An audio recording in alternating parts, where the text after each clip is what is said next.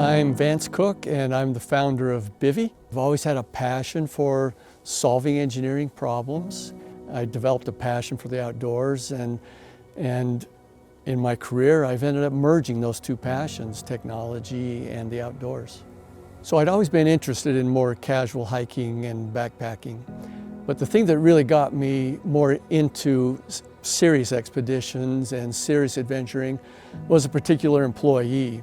He persuaded me to do some team building activities with our whole company, and we took an experience down to Peru and we hiked the Inca Trail together. Getting up there and feeling the thin air and the lack of oxygen and the challenge that goes into that really got into my blood. And he's kind of opened up a passion that has existed to this day. From the Inca Trail, we decided to take the next step. So again, as a company trip, we decided to go climb Kilimanjaro in Africa. But it was a challenge to have no ability to communicate back to civilization in the event of an emergency. After Kilimanjaro, I came home and recovered along with the rest of the team, having had a life-changing experience.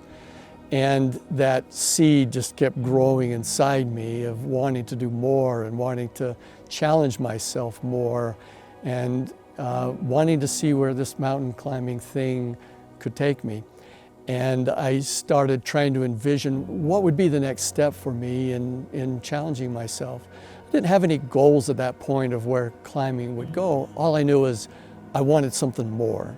Inside myself, preparing myself to go climb some big expeditions. And I started to have my sights set on Mount Everest. So finally, being ready to climb the mountain and having the experience booked, I was ready to go. From base camp, that begins the process of acclimatizing. The whole expedition is about 2.5 months, and you have to slowly prepare your body to be able to go to the top of the mountain. Most of our communication equipment was confiscated. We managed to stash one satellite phone, and about once a week I was able to get access to that thing, but I'd have to hide it inside my coat and walk away from camp and away from liaison officers and everyone else and make a call home. We were up above the icefall on one of our rotations, and there was an earthquake that hit the area. And my wife didn't initially know about it, but one of her friends came to her and did one of those, "Kim, are you okay?" And she's like, yeah, I'm okay. Why shouldn't I be? And then she proceeded to not be okay from that point on. That makes me emotional. Sorry. She said, is Vance alive? Is Vance okay?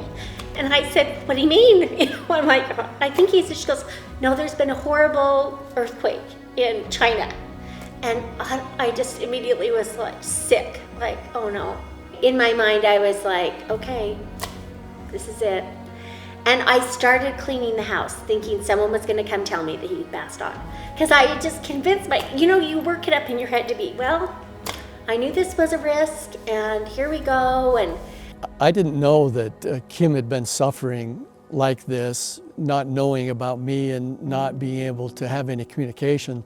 So when I finally did call her and she told me this experience, I just felt terrible. I wish I'd worked a lot harder to get that phone quicker and get a call out to her.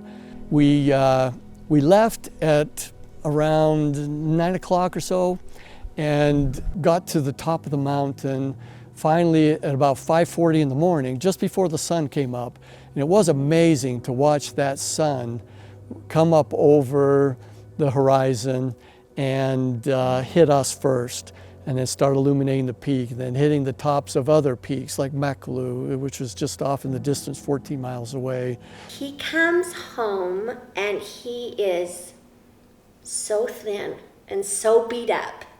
And you're just like, are you okay? You know? And, but we're grateful he's there. And I mean, obviously this amazing, feat.